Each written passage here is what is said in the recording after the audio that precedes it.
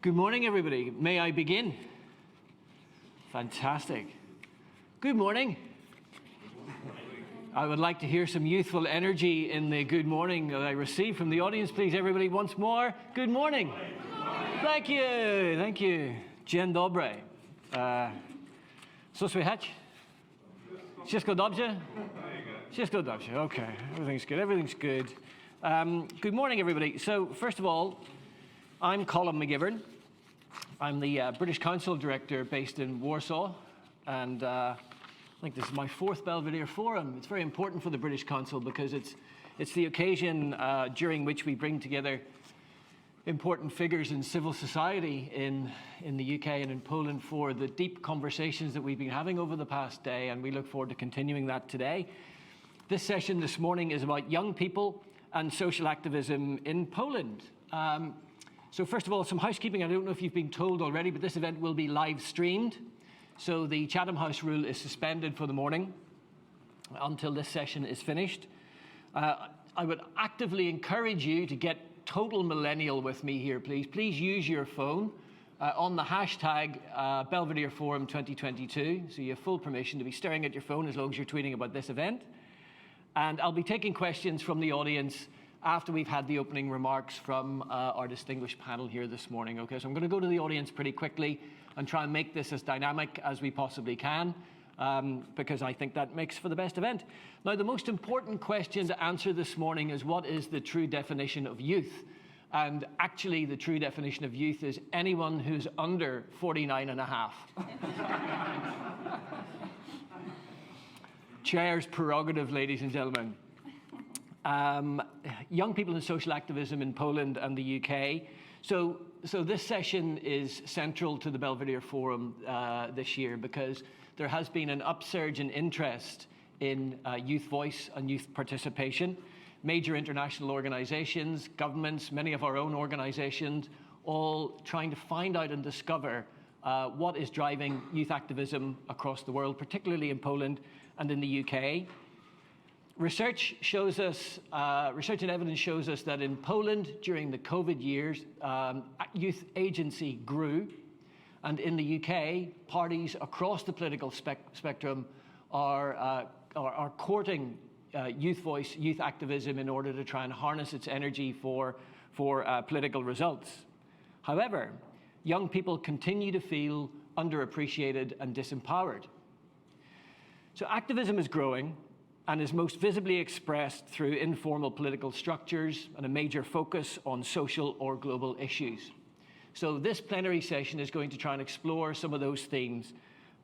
Questions around youth voice and engagement, considering how young people should be better listened to and heard, what is the focus of young people's activism in Poland and in the UK, and can local action actually impact on global action?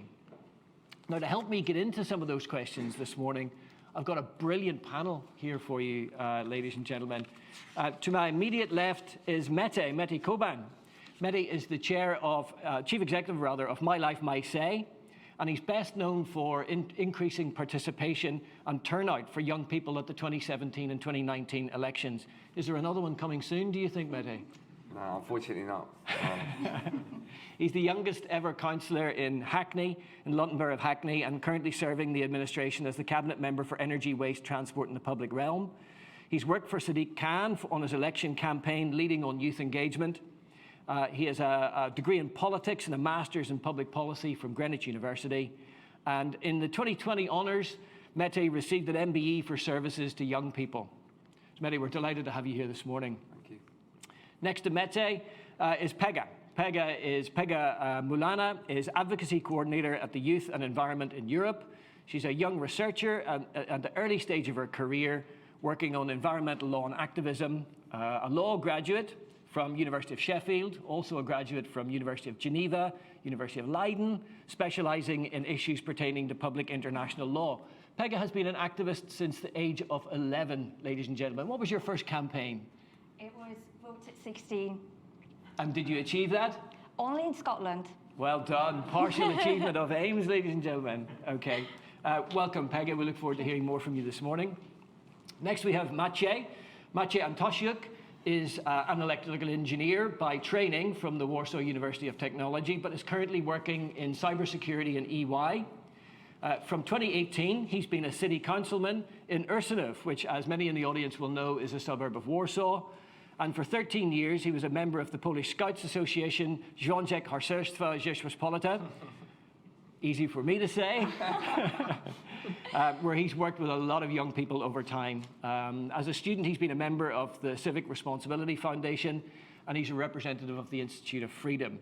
And then lastly, over at the end, but not least, is Magdalena Turowska, is the head of the education department in Pilecki Institute, a research institution based in Warsaw.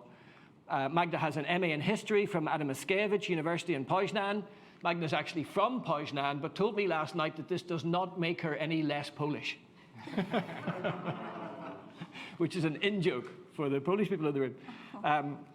She's former Deputy Director of the Department for International Cooperation in the Ministry of Education, where she was responsible for bilateral and multilateral relations, including international youth exchange programs. Our panel this morning, ladies and gentlemen.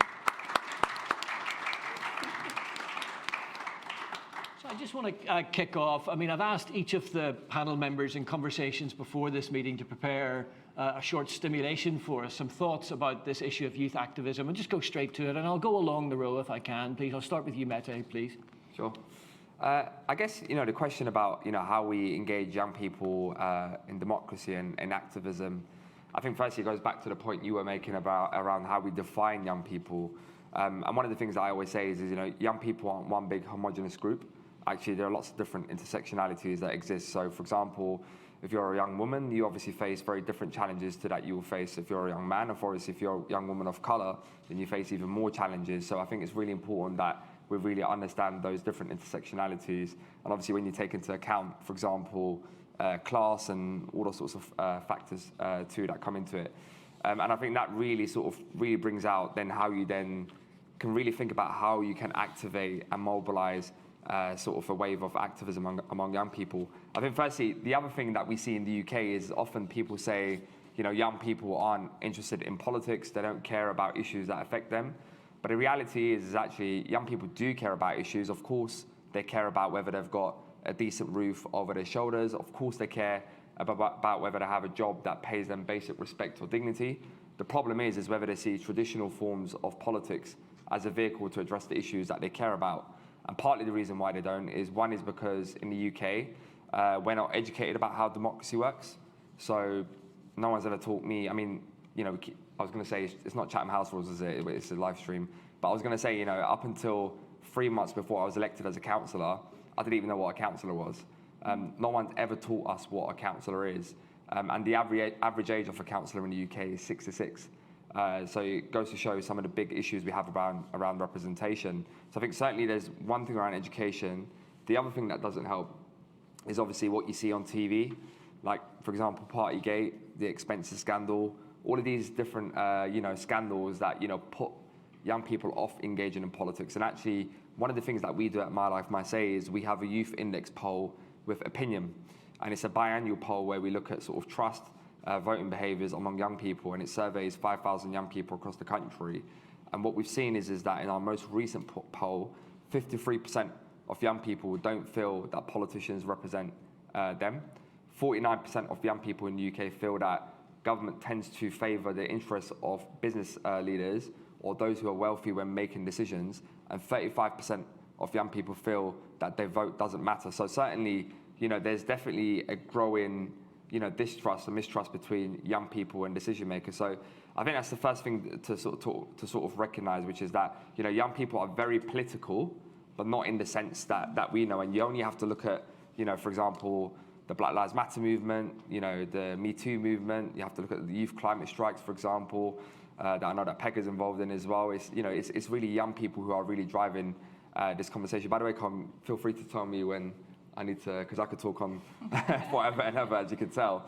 But I think one of the things that we do at My Life, Maciej, is really trying to identify how we engage with young people in ways that, that feels very personable and comfortable to them. So, for example, in the 2017 and 2019 elections, we had a partnership, and in the 2016 referendum, with tech companies like Uber and Tinder.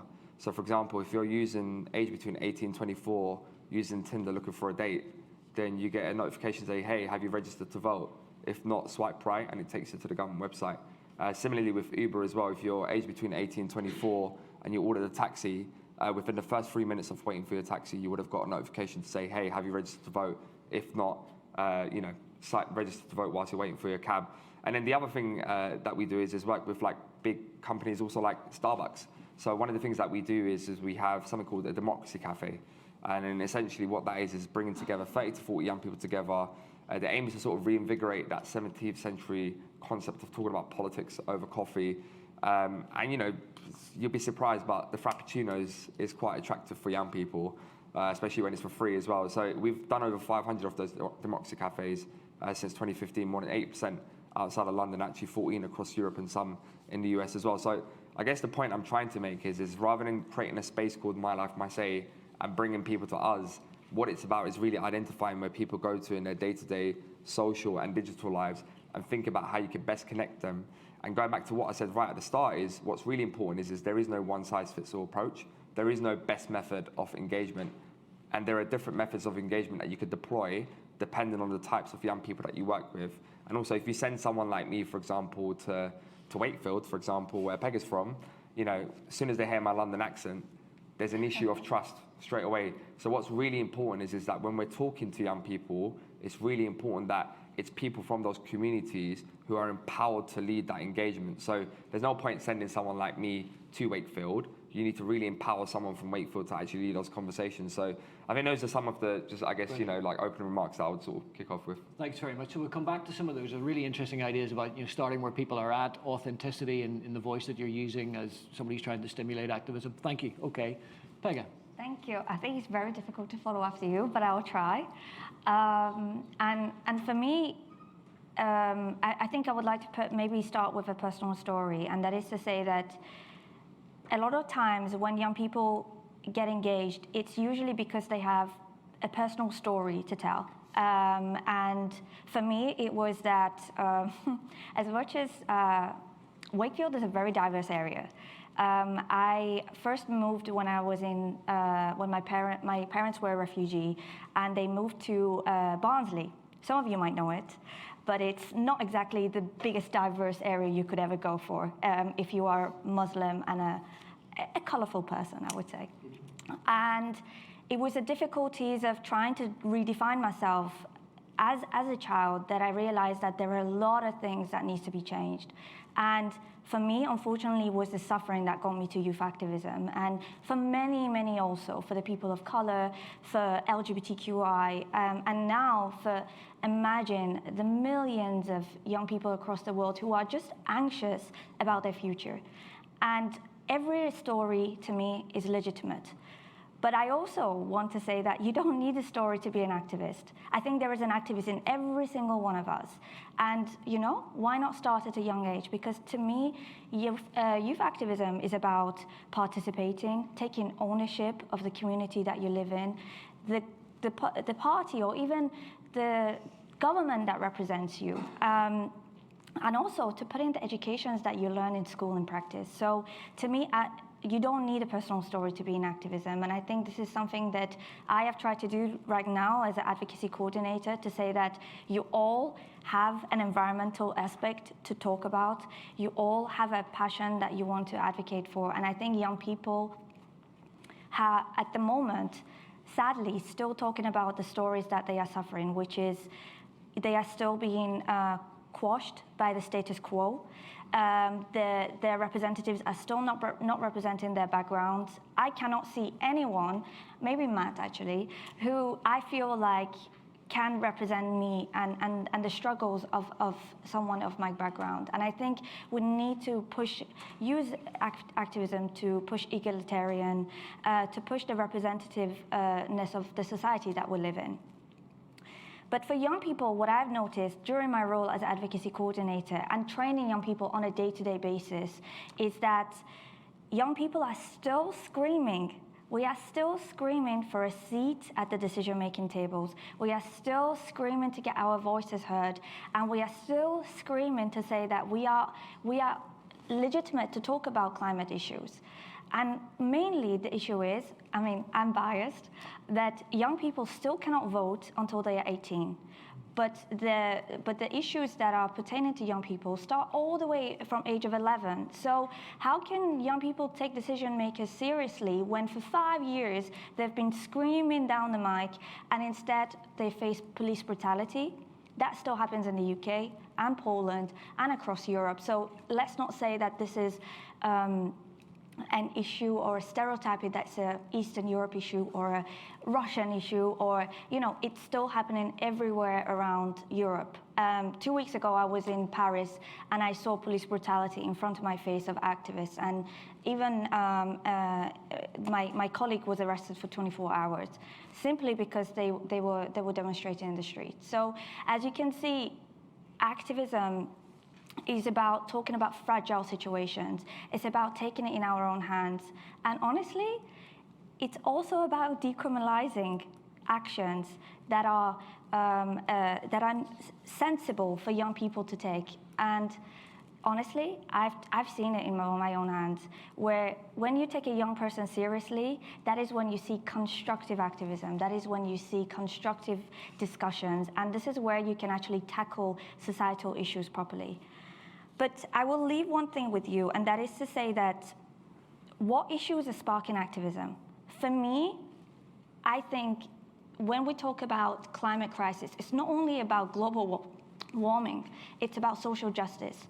What does social justice mean? It means imagine being a poor single mother and at the same time worrying about how to fund the energy that is happening, consistently increasing in prices.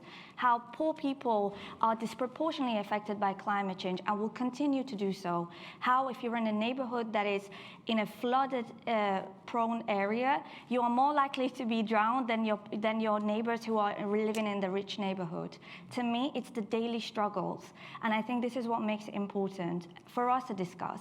And actually, when I was coming, I managed to get a statistic to say that the largest emitters in Poland and UK alone are mainly going towards coal industries, mainly going towards energy industries which are non-renewable, and actually only 15% of the energy crisis and the CO2 emissions in both UK and Poland are coming from households. The rest are from businesses, from the coal industries, from even oil industries such as Shell.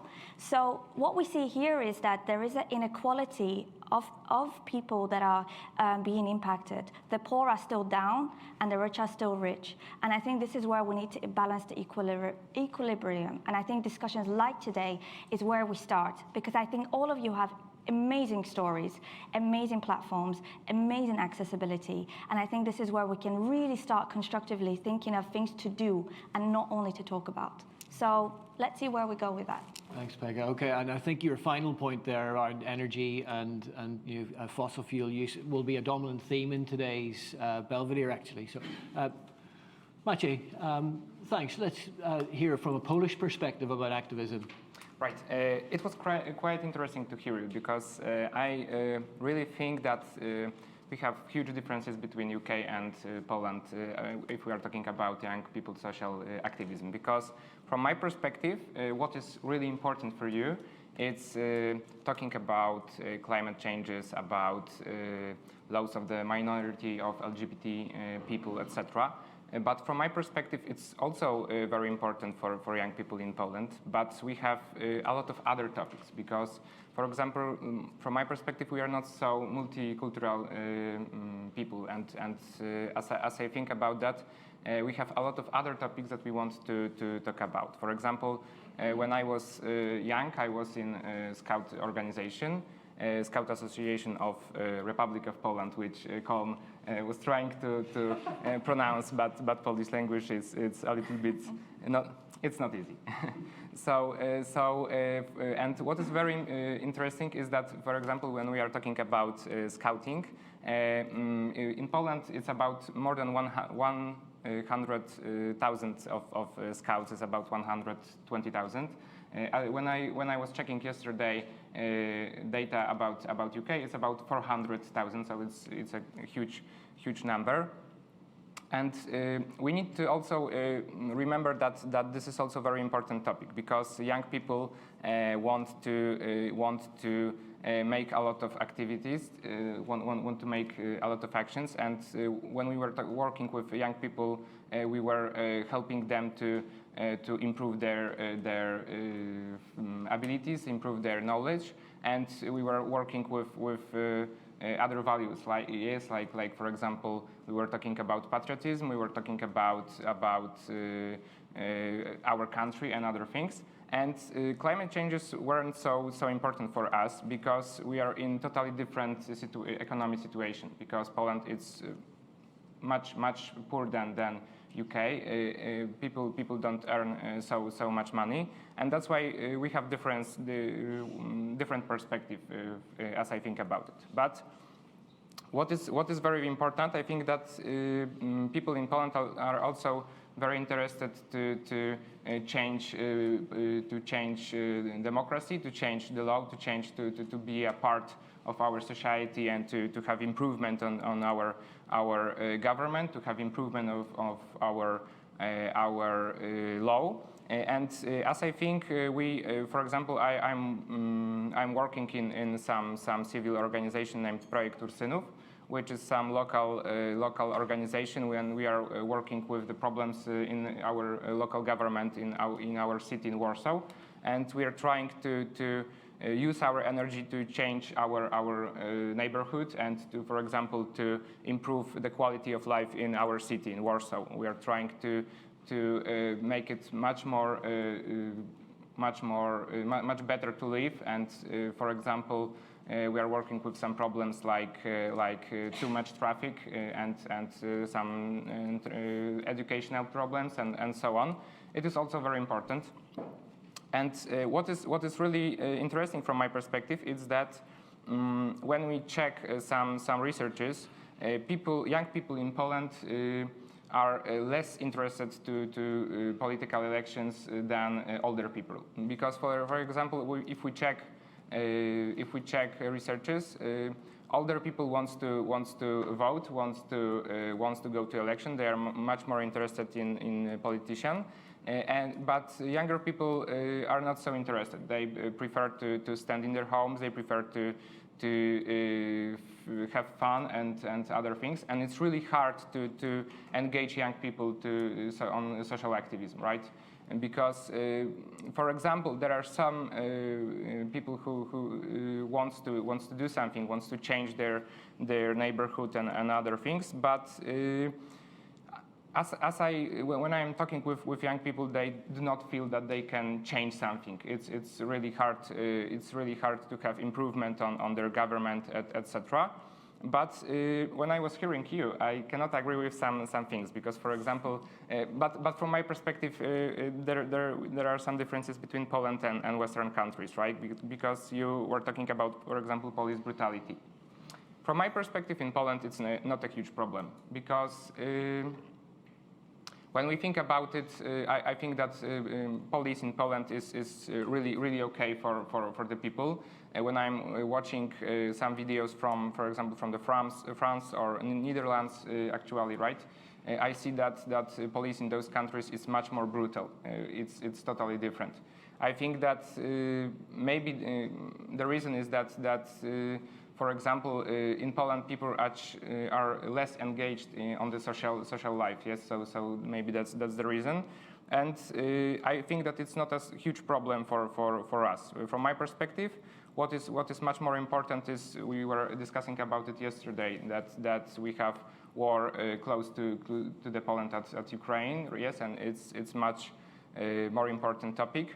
And we don't feel climate changes so much. But what is really important, I see that younger people who are about, I don't know, maybe 18 or something, start to think a lot about climate changes, and it's changing, right? Because, for example, I'm about 30, and I don't feel so much these problems, but younger people in schools, they're starting discussing about it, and it's changing. So probably that's some direction where it could be go. So we will see how it happened. But when I think about it, there are some differences between Poland and UK, and we are at the other stage.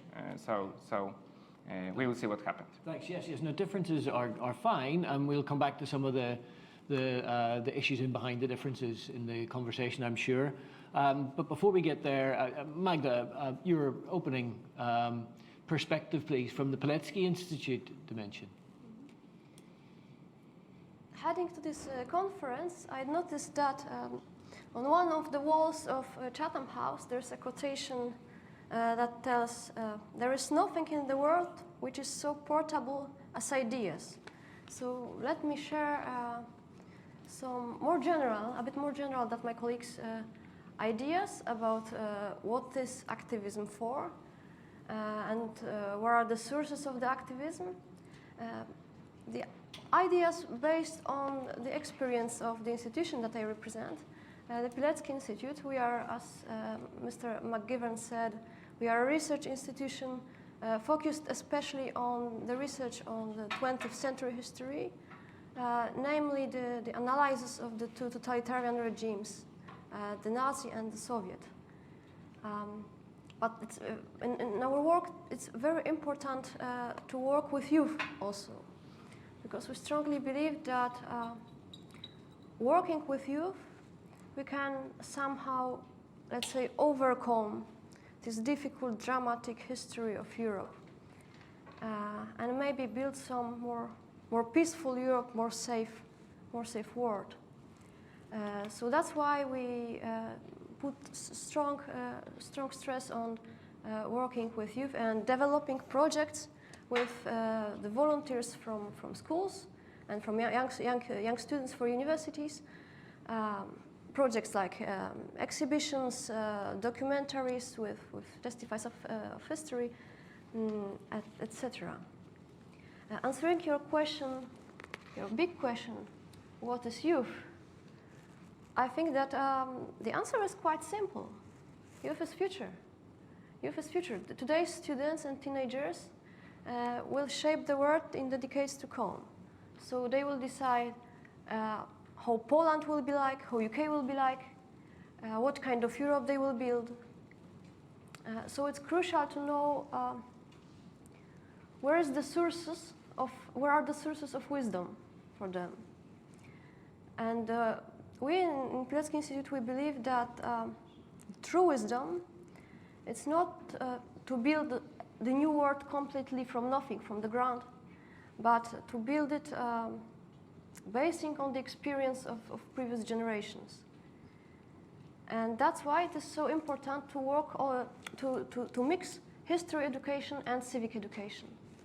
And the effects of this strategy are incredibly interesting. And that is what I would like to share with you today. If you ask me why it is actually important to learn history when you're a young activist, I would say that first, an activist, to be able to solve the problems of the world, must understand the complexity of the world, must know what are the roots of the problems that he's trying to resolve. That's first. Second, to participate in debates, must be able to understand someone else's perspective. Third, to be, let's say, intelligent user of the media, must know how to analyze sources. And for all these skills, history is a great tool to develop all these skills.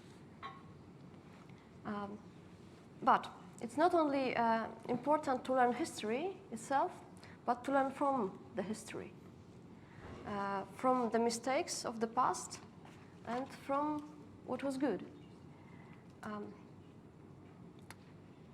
When I speak about learning from the mistakes, Of course, I'm not idealist, and we have repeated so many times, never again, and wars outbreak anyway. Teachers will not stop the tanks for sure. But we believe that a good education can make young people a bit more resistant to some dangerous ideologies. And that's very important. And it's also worth learning from the good things of the history to maintain some continuity. Because young people are, have this intuition to, this natural tendency to being innovative. And that's brilliant. They look their own way, and they are really able to create innovations. We believe that when we combine this natural potential to innovation with respect to the heritage of the previous generations, we will build a real strong civil society. Because activism is not an end in itself. Activism must serve for something bigger. Must serve to, let's use the big words, must serve to make the world better, to improve the world. And we believe that when we show young people the link between the past and the present, the future will be better. And this is exactly our job. So Thanks very much. That's all from me. Okay, thanks, Magda. I mean, just to follow up on that a little bit, you know, when you confront young people with the difficult truths that you've just described, what does it provoke in them? What response do you get from them? From our observation, I would say that it helps them to develop empathy in them. To understand that the world is very complex.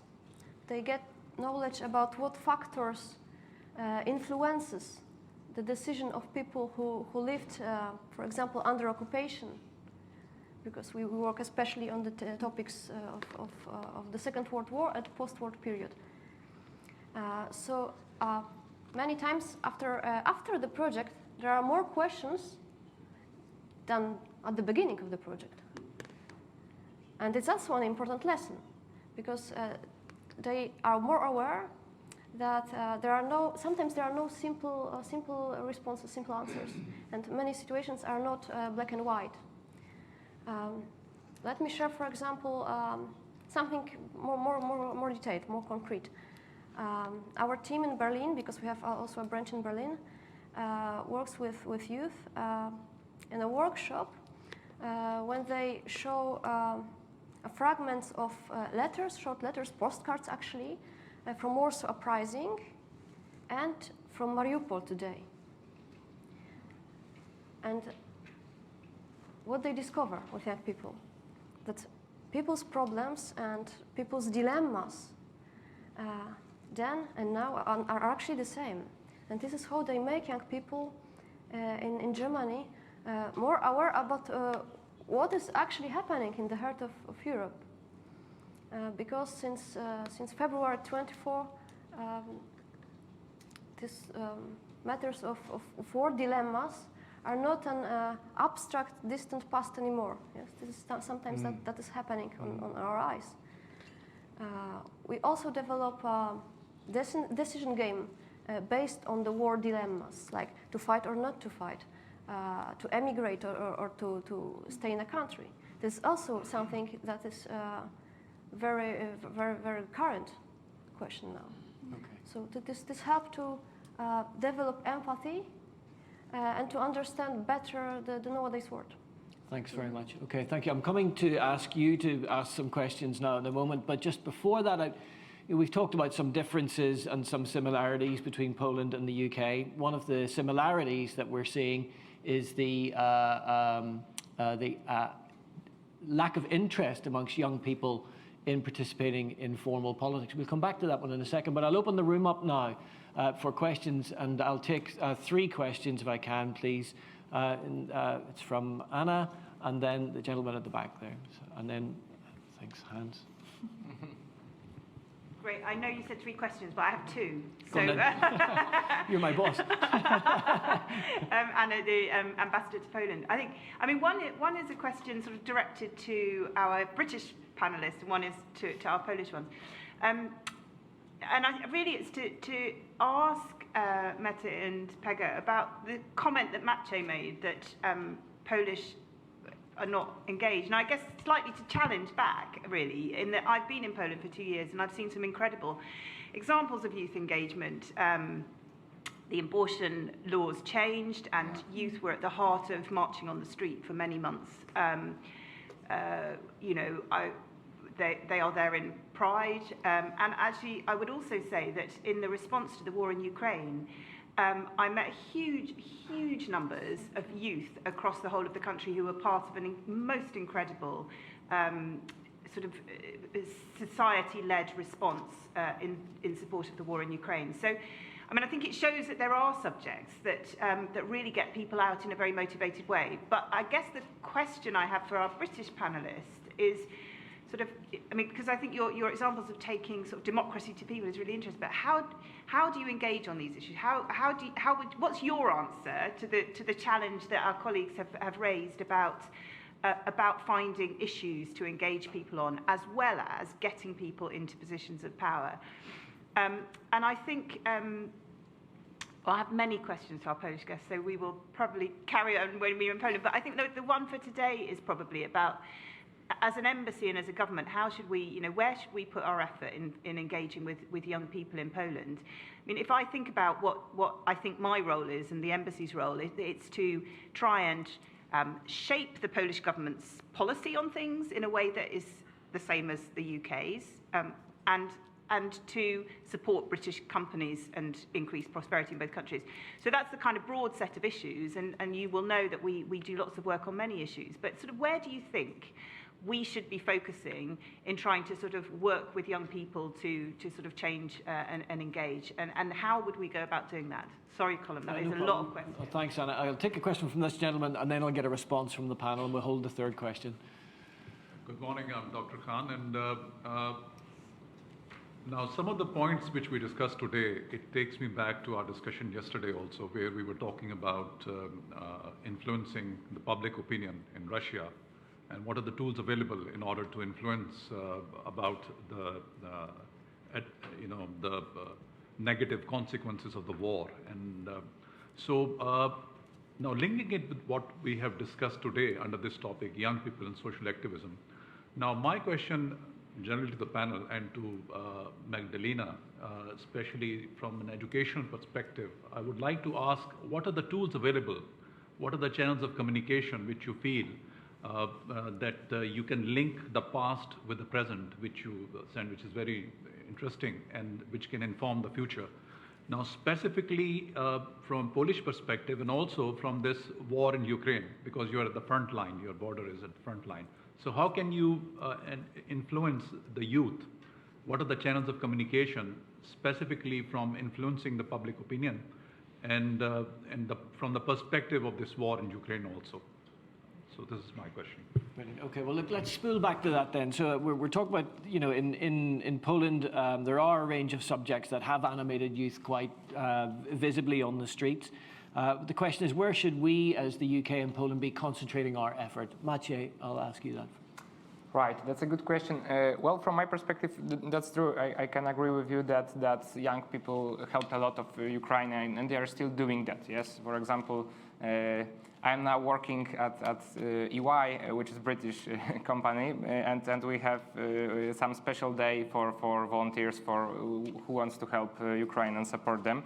And I know that a lot of people is doing that. But when I think about younger people, about people who are about 18 years old or something, it's, from my perspective, it's a little problem. But because they don't feel that they can do something, maybe that's some post-COVID, I don't know how to name it, but some post-COVID problem that they are not ready to spend their time on activism. But I think that if we want to engage much more those people, if we want to change it, we need to we need to create some tools how to help them.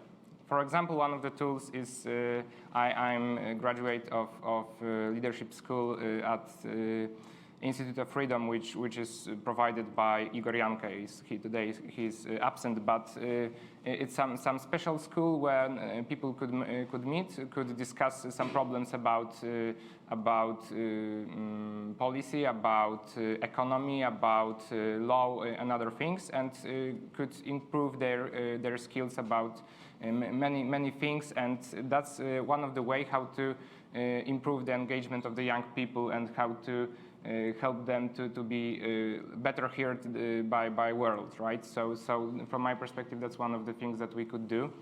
And if we are talking about Ukraine, for example, and how to help them, I was talking about scouting and scouts movements. I know that my colleagues from scouts movement decided to go to the border and to help those people, and they are really great. They have really great organization, and they know how to do that, right? So that's one of the way how to engage young people much more. So from my perspective, if you want to help us to do that, just one of the best ways is to support organization and profit organization who are already existing, right? So that's very important thing. But I cannot agree with one thing which you asked, because you told that in 2020 in Poland there was a huge protest about abortion law and so on.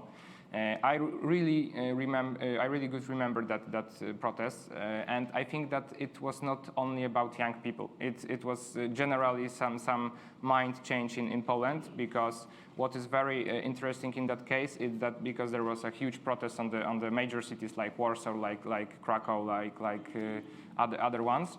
But what was very interesting and not typical is that we had also a big protest in smaller cities. It's very interesting because smaller cities and countryside, it's much more conservative. So from our perspective, that was something new, and we could realize that our political situation, mindset of people who live in Poland is changed, and it's different. But I don't think that it's about young people activism, because of course maybe a lot of people on that protest were young people, but from my perspective, it's not about organization, young people organization. It was some movement, and some people were angry because of COVID-19, because of pandemic and other things, and it was looking like anti-government protests more, less than about activism from my perspective.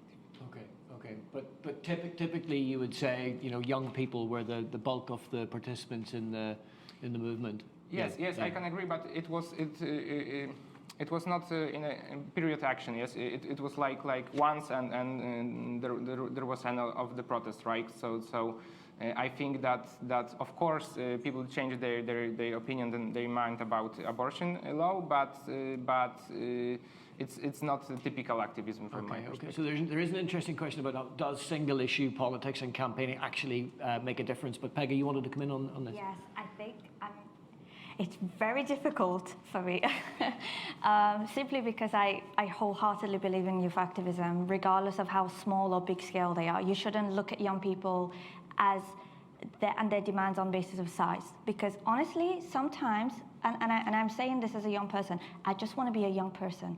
And I don't want to care about Ukraine war. I don't want to care about climate change. I don't want to care about refugees. It is so much to care about everything. And frankly, that's why I elect my decision makers. And I really say that very carefully, because I also believe that they are not doing a great job. But what I'm trying to say here is that young people, what we have seen, especially this generation of young people, we are much more diverse when it comes to issues. For instance, when it came about women, young people were at the forefront of it. Majority were young people, because they were like, damn, I have to live with this decision. I have to live with the consequences of this. Let it be climate change. And as much as, yes, maybe climate change is just picking hype, But it's thanks to the young people that it's picking up. And I think this is something we need to consider, that we've had decision makers talking about climate change officially since 1972, and it's only now that it's picking momentum. And this is insane. So imagine this burden that you put on young people to keep this momentum going.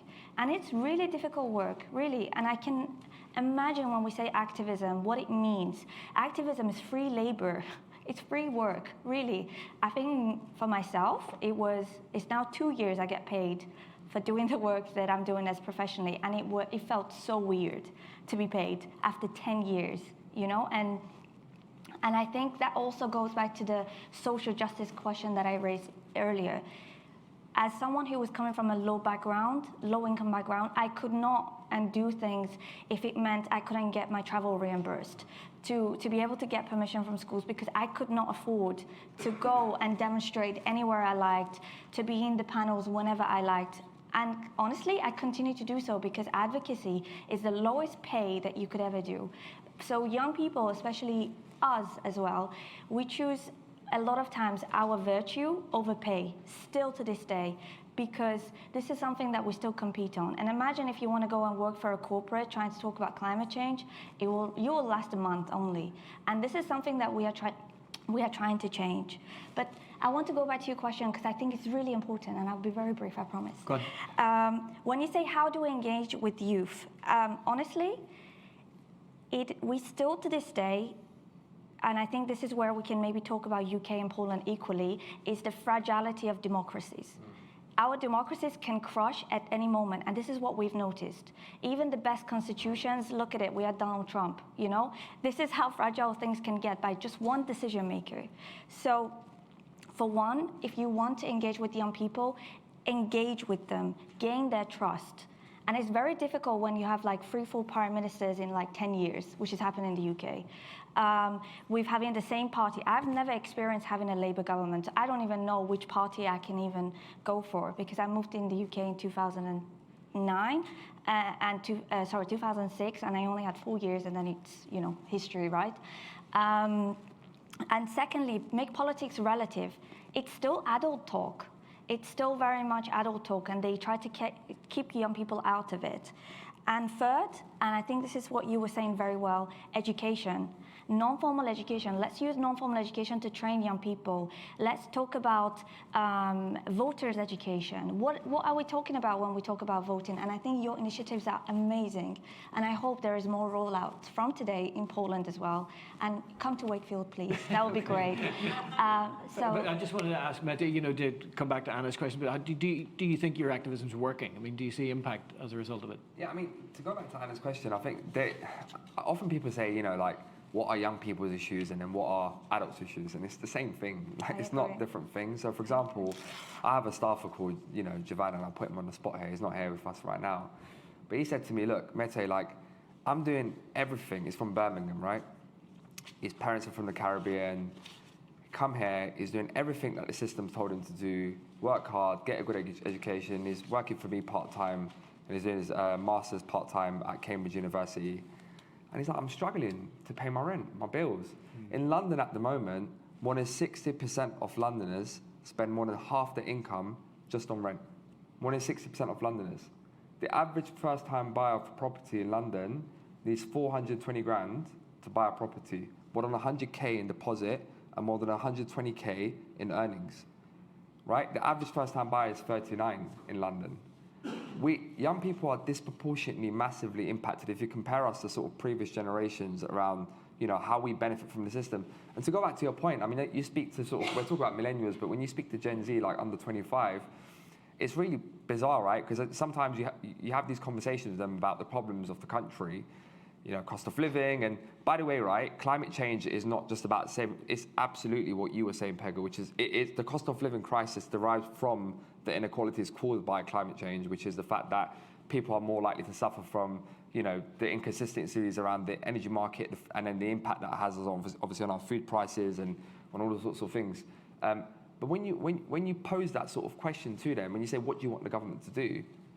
They say to you, what can the government do, right? And it goes back to Pegah's last point, which is that for a lot of people, and it's not to be political, but they've grown up at a time where they haven't really had much government intervention or support.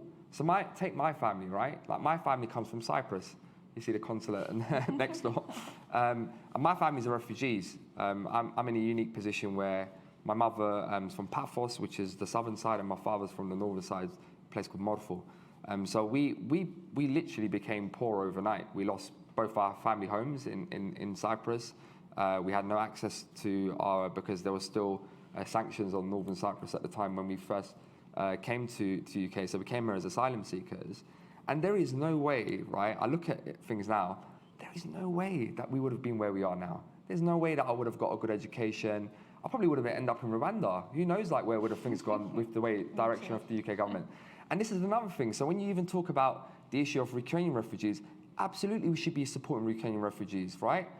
Like we should have been doing that anyway. But then look at the way, for example, and this is a big issue for young people actually, look at the way how other refugees are treated. Let's be honest, right? When people, if you're from Syria or if you're from a different country, you're not welcomed with two arms. You're probably sent to a different part of the world. And I think these are the double standards and inconsistencies that we need to be honest and frank about. And the level of institutional, when we talk about racism and institutional racism that we live in, which is the fact that if you look and sound like me, you're more likely to be brought up in a place like Hackney, which is the most deprived borough in the UK, more likely to get the worst education, one of the worst education systems out there. You're more likely to live in a system where you're not built those soft skills, you're not taught about how to engage in democracy, you're not given the confidence to go out to the world. These are the realities. So young people do care about these issues. The problem is, as I say, it's not that they don't care. The problem is they don't see traditional forms of politics as a vehicle to address the issues they care about. They don't have trust and faith in those mechanisms to sort of see it as an act for social change. So what we need to do is really need to rethink democracy in the sense that, and even with democracy, right, the work I do with My Life, Maciej, sometimes, because we run National Vote Registration Day for the UK, and when we speak to people to promote National Vote Registration, they're like, I don't know, we don't want to be partisan, we can't really be talking. Democracy is not a partisan issue. To promote democracy is not being partisan. It's a way of life that we've chosen, and we should be proud of the system that we live in. But we fundamentally need to update it in the sense that we need to look at much more participatory level of democracy. So how do you actually have much more engagement with citizens, give them a budget, make sure that, we obviously live in I'm a councillor, for example. I control a budget of £208 million in Hackney, everything from making sure the streets are clean, bins are collected, the public realm, the transport, bus, road network, energy efficiency, our response to climate change. I control all of that. But how do you make sure that you actually engage citizens in the decisions that they make sure that they could see happening around them? So I think there's lots of things that we can do. Brilliant. Okay, thank you. I just want to spool back to Mr. Khan's question about the education system, Magda. What needs to change? Very briefly, if you could. Answering the question how education can contribute to improve the situation, I would say that first, it is absolutely impossible to understand the conflict in Ukraine without strong historical knowledge, without the historical knowledge about the communist period, but also about imperialist Russia, this imperial period. It was very well exposed yesterday during the panel. But I believe also that education will play crucial role in the reconciliation process. Now, in the middle of the war, it sounds, of course, abstract, but the reconciliation, for example, between Poland and Germany in 40s or 50s, 60s even, also sounds abstract. And now we are working, for example, on common Polish-German history textbook, school book, with exactly the same text in Polish and German to implement in schools of both countries. There is French-German history school book. There were even tries to create Israeli-Palestinian history school book. So these kind of initiatives are possible, are very difficult, extremely difficult, but possible. Thanks. Okay, okay, I'm going to pause you there because I want to take another round of questions from the room if I can, please. So 2 questions from the room, and I've got one online here as well. So this gentleman here. Thank you very much. Actually, in Poland, I see plenty of youth activism.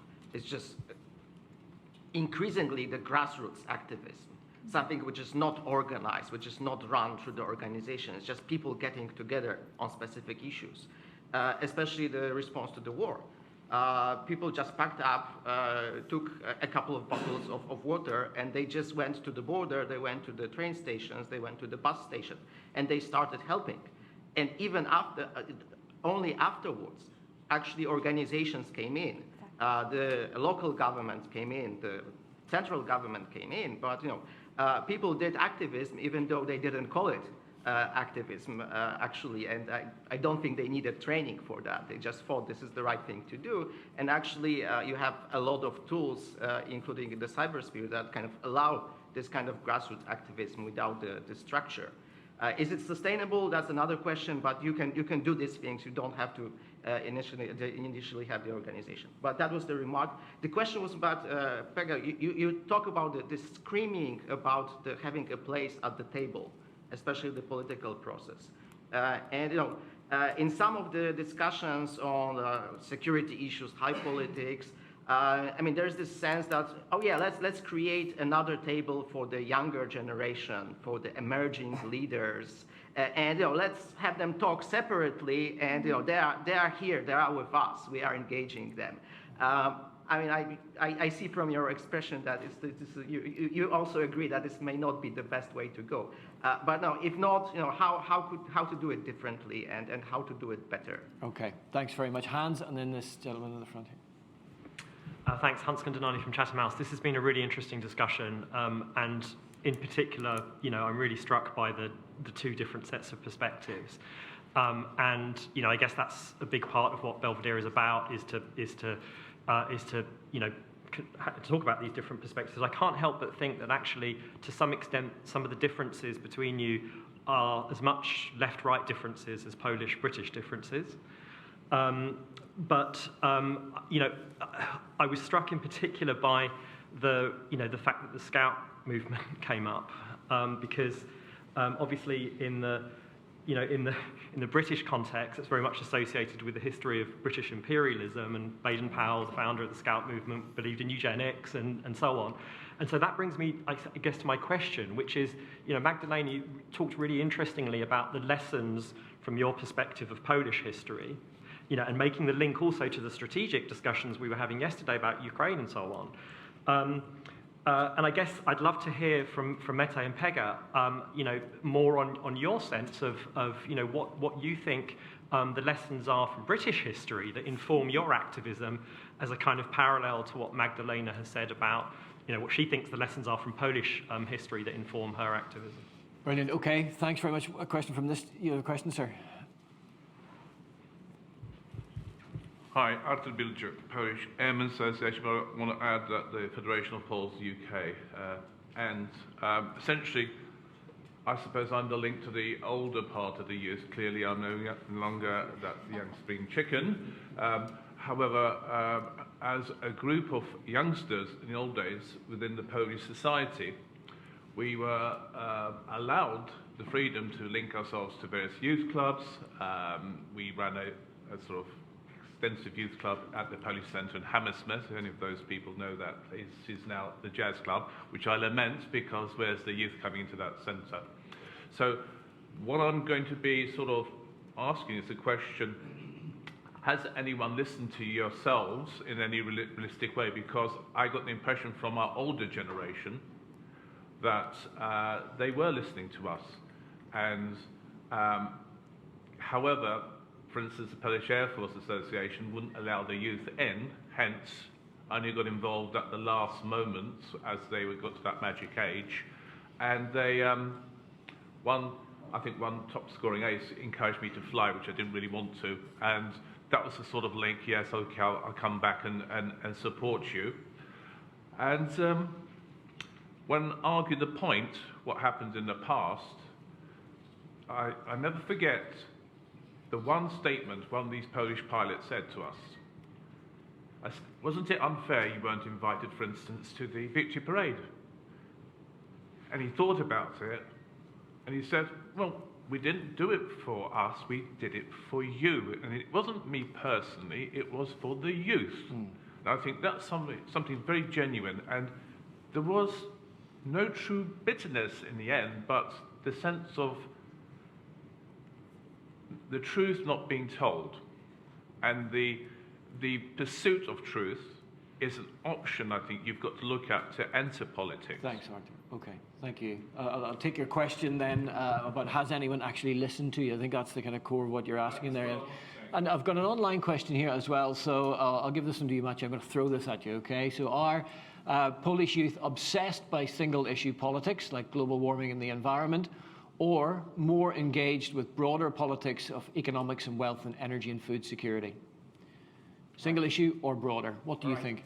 Absolutely, second option. Absolutely, because young people at schools, for example, they spend some special day during the year named climate protest, climate alert, right? And that's one of the examples what they are doing for that.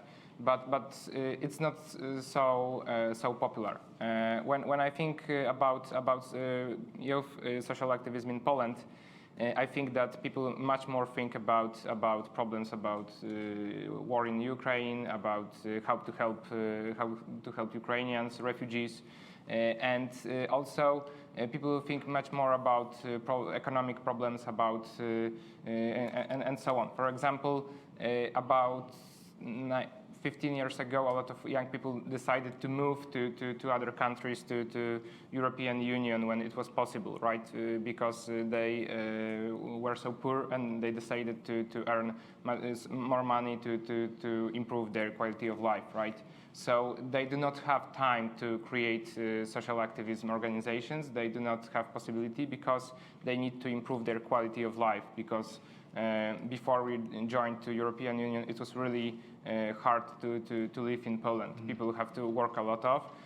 About 20 years ago, we had about 20% of unemployment rate, and especially in the countryside, in the small cities, it was much bigger problem because it was about 30% or something. Now we have much less unemployment rate, about 5%.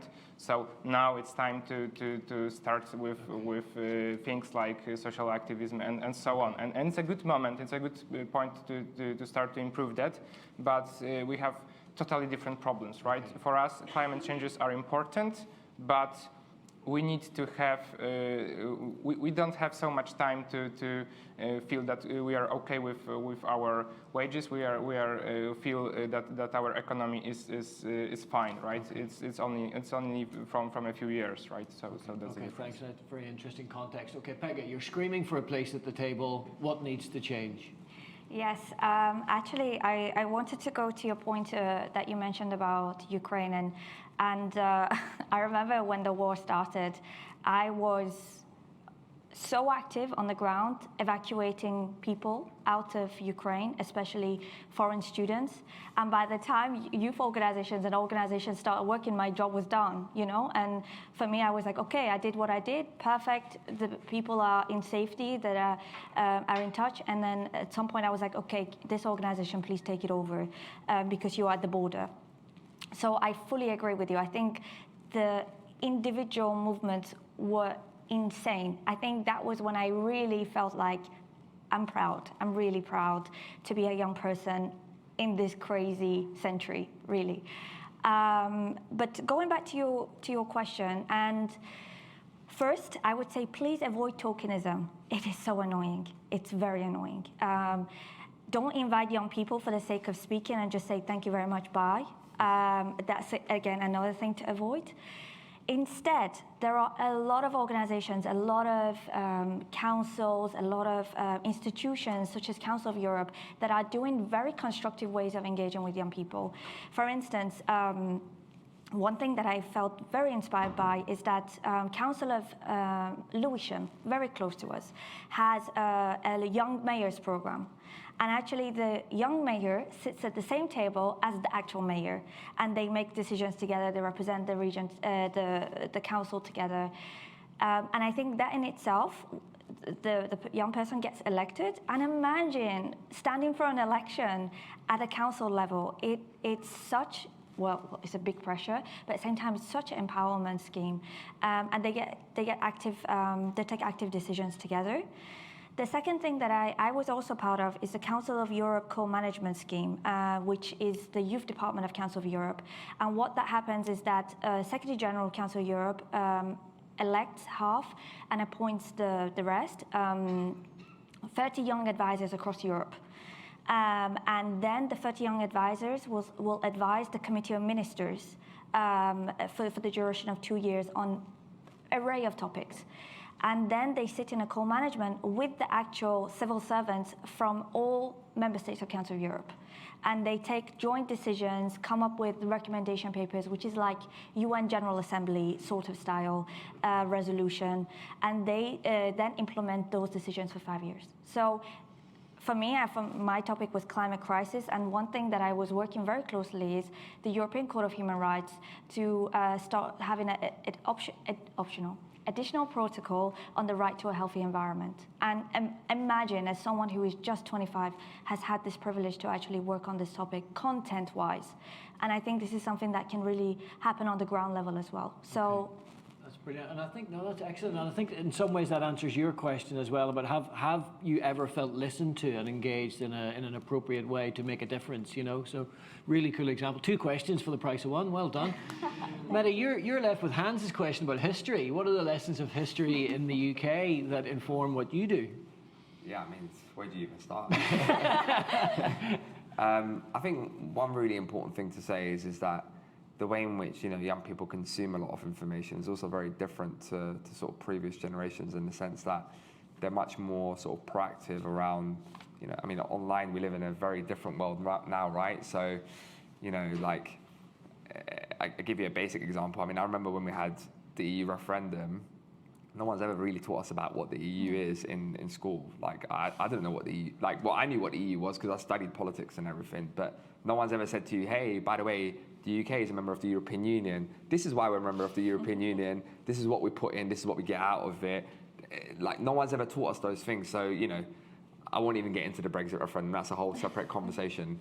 But it is quite selective in the sense that it's almost sort of like, here's what you want to hear. And I think what's really emerged in the last, particularly in the last 7-8 years, is definitely there's much more independent thought coming out, particularly led by people. And as I say, there's some really good examples of actually young people educating other young people about British history and, our role in the world and how we need to sort of particularly when we talk about, again, the global south in relation to sort of to climate justice, particularly when we talk about, for example, the imperialism and obviously the colonial times.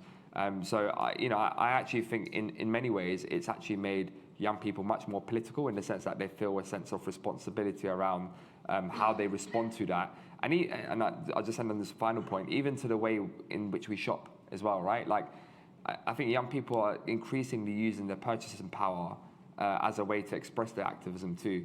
So you see that, and that's why I always say to big brands when I work with them, it's in your own business interest, not social responsibility, it's in your own business interest to get with times and making sure that, you are paying, proper wages for your staff. I've got friends, for example, it's really bizarre.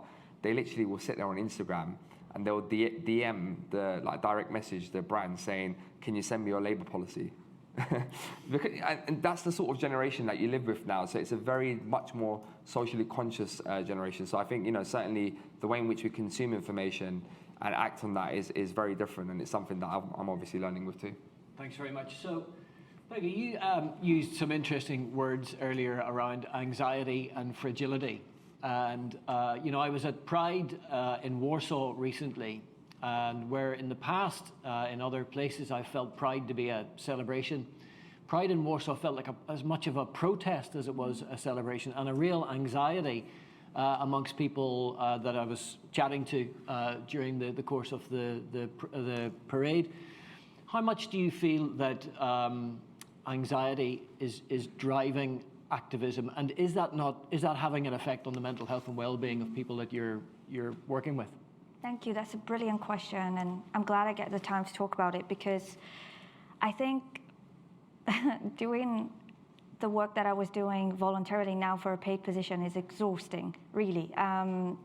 because there is never an end to your anxiety. There is, and I think for people who might be listening and they'll be like, oh, stop making it such a big deal. But really imagine, and I think same with the Pride, is when you felt a sense of security in the community and you didn't know where it came from, but then suddenly a decision such as, I mean, especially with Poland, it's a very unique situation with anti-LGBTQI actions, and if I may say so, I hope it doesn't offend anyone. But these anti-LGBTQI movements, exactly the same as climate change, suddenly brought it to the reality of young people that, wow, everything is a decision away from being taken away. And my identity, my sense of definition is always defined by politicians. And I don't think if we ever signed up for this, right, to be decided by politicians. And it's the same with climate anxiety. The fact that, imagine if you are watching very closely, and COP26 was in Glasgow, so UK broadcast especially was very loud about what was happening. And at the same time, you were like, okay, what's going to happen? What's going to happen? What are they going to decide? And in the end, nothing happened. And only thing you are left in the news is everything is going bad and there is nothing to solve it. So when it comes to activism, what we're trying to do is balance that scale and to say, no, okay, let's go to the streets. Okay, let's talk about this. And I think this idea that we are compensating this anxiety through activism, through training, through non-formal education, is the way that we are trying to hold ourselves together. And I think if there is a decision maker listening today, is to say, please don't leave us alone in this anxiety. Please listen to us and actually let's be less dogmatic about certain issues, because there is no harm in helping each other out in these situations. And I mean, if I may, to finish with a personal story, with the story about Rwanda deportations, I had never felt such an anxiety about any other topic than I did about the Rwanda deportations. I was stuck to my phone, refreshing the news. Will this plane leave? Will this plane leave? And imagine the anxiety that any other person with a refugee background who is still having its status pending felt. I'm a British citizen now, but imagine those who are yet to be that. So this anxiety is decision per decision, and I think decision makers can really help us with a bit of a consistency as well. Okay, brilliant. I'm going to pause you there. So one final question from Sir Robin, and then I'm going to ask each of you, I'm going to ask Polish young activists, what advice would you give your UK counterparts, and vice versa? What advice would you give young activists in Poland today? Okay, Sir Robin. Thanks very much, the panel, and can't work out whether I'm being provocative or not. This question, I suppose, will work out when I ask it. Some of the impression I get, there's a big intergenerational contest. That's part of what I've heard here. Yeah, certainly on the social justice side, economic access, maybe climate. What one generation is leaving for another is seen as a poisoned future, if you see what I'm saying, and therefore there's frustration, and I get that. But I'd love to know from you, to what extent are younger people, your generation, actually divided amongst yourselves? Is there an assumption, should we have an assumption, that all young people are actively involved? I've got two daughters who are your age. To be frank, they're not particularly politically involved. They're involved in the future of their lives, whether they can get on the housing ladder and those sorts of issues, whether they can afford the rent in some cases. But, I mean, it strikes me that young people, some will be engaged and some will not care. But also perhaps some will be more socially conservative and some will be not. You know, some will be proud of pride. But we look in America, which I know a little bit better, there's a real division amongst young people on what is right and what is wrong and what you're fighting for. And, you know, often when we have these debates, the assumption is all young people are in one space and all older people are in a different space. And I'm not sure that's true. I'm not young anymore, so I don't know.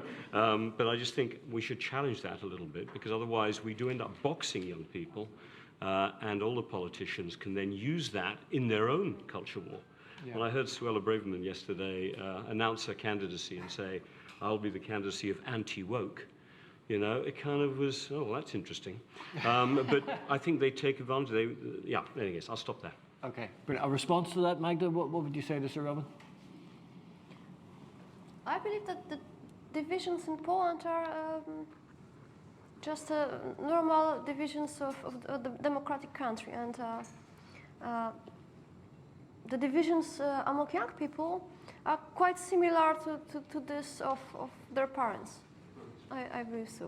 So I don't think that there are more polarization, for example, among young people than in other groups.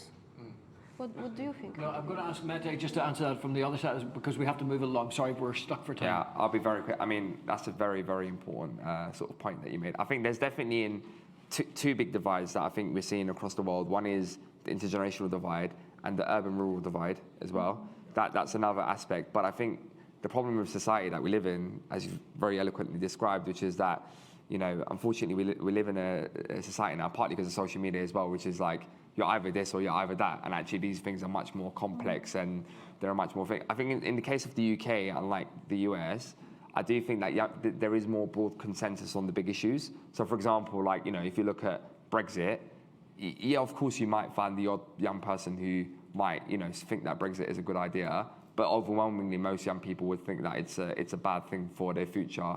Same thing with climate change. You might find, I mean, I had this really bizarre debate with someone yesterday who thought that net zero was plunging people into poverty.